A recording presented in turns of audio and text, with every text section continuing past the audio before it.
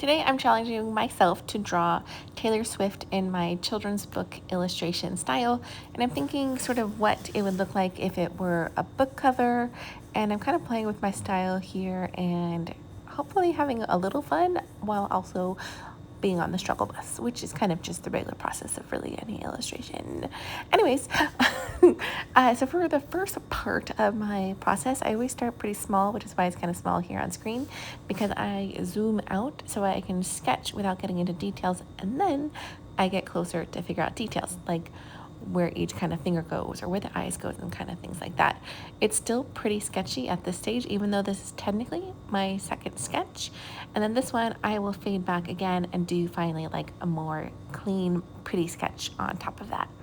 I do think it's helpful to look at reference. I know there's a lot of people who are like, boo, no reference, but I don't know how everything in the universe looks. So it's helpful. And it definitely, there's points where like you should put the reference away, like start with some reference and then at some point make it go away. I had to do that at one point in here because I started getting too committed, I guess is sort of what they say, to my reference. And so then I wasn't really able to draw in my own style anymore. And it was like making me struggle. So at some point the reference will disappear. And that's because I didn't want to look at it anymore. One thing that I have as a recommendation for making someone look like themselves, like when you're doing caricatures or portraits of a person or anything like that, is to try and look at the features on their face that are more unique to them. A lot of times it's super easy if like someone has glasses or a beard or something like that. In regards for Taylor Swift, she always has, well, not always, but she often has like a bright red lipstick. She's been rocking those bangs for a really long time, and her more narrow eyes. I remember reading a magazine once where she said that she doesn't like it because she feels like her eyes disappear, but I think they're really cool, and it's something unique to her face is how her eyes, especially her eyelids, are, they're more like narrow, which I'm trying to represent there. And I think that helps give the likeness. I'm not totally sure if I super nailed the likeness because I was also trying to draw kind of in my own style. So it'd be interesting to know what you guys think about that. Oh, look, I'm now actually finally going in with a clean line. That took a while.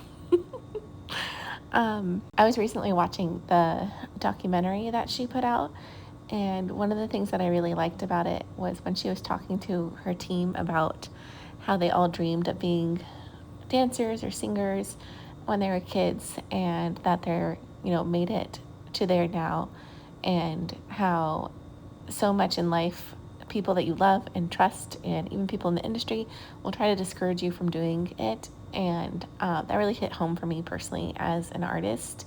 And I think a lot of artists watching this can feel that way too. And, one of the things she wanted to tell them was to keep doing it and going for it anyway, which is so much of what I sort of speak about on this challenge, is the importance of just like, it's hard and you might not make it right away. It's going to take time and failures and rejections, but even if it's just part-time and you're just doing it for yourself and no one sees it, like keeping going, I think is such a great message, and something that I try to communicate on this channel too. So I think it's part of why I decided to do this little sketch of her. Okay, cool. And then color. Okay, so one thing that I love doing is coloring the lines. This is a little too fast, what I'm doing is I'm creating a new layer above the layer that I'm working on and using a clipping mask, and that allows me to color the lines. And I do that in pretty much all of my drawings. I feel like it just instantly elevates the illustration from feeling more like a comic book or cartoony, and a little bit more artistic, or a fine artist. I don't know what the right word would be, but it looks less cartoony. I do like to leave a lot of those lines in though, like for example, the crazy wide blush lines, or the line across the face to put the eyes in there.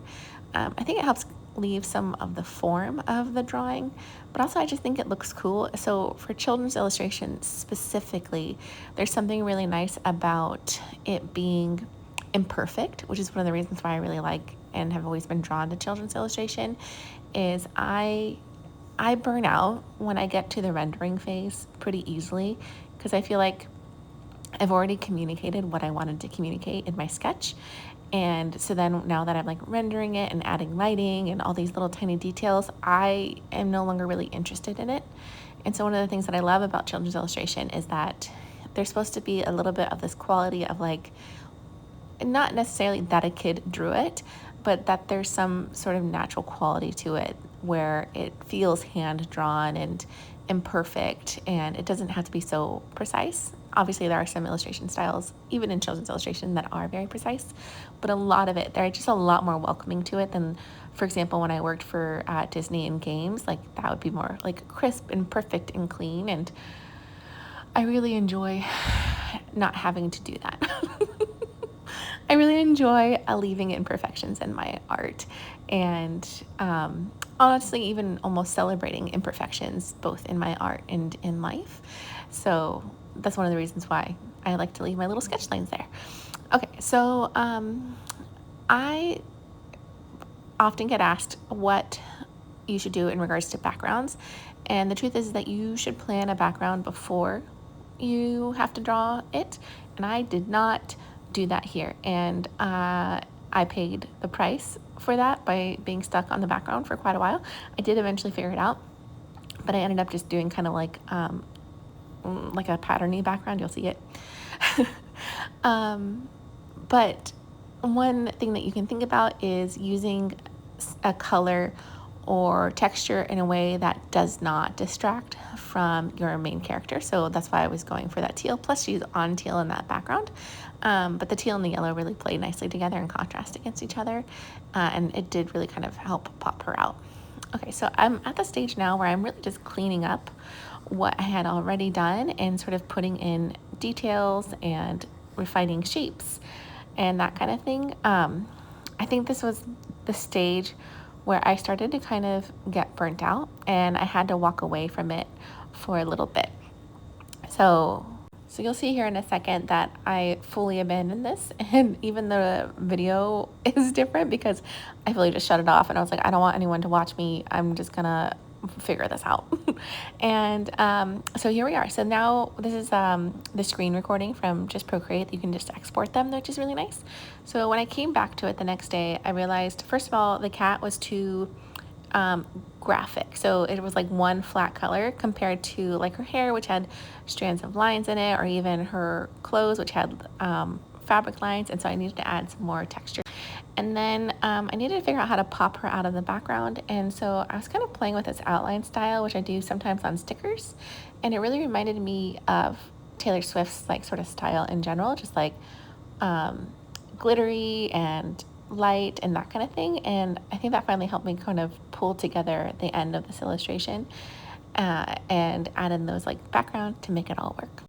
So thank you everyone that supports me there, and I hope to see you in my next video if you'd like to learn more about children's illustration.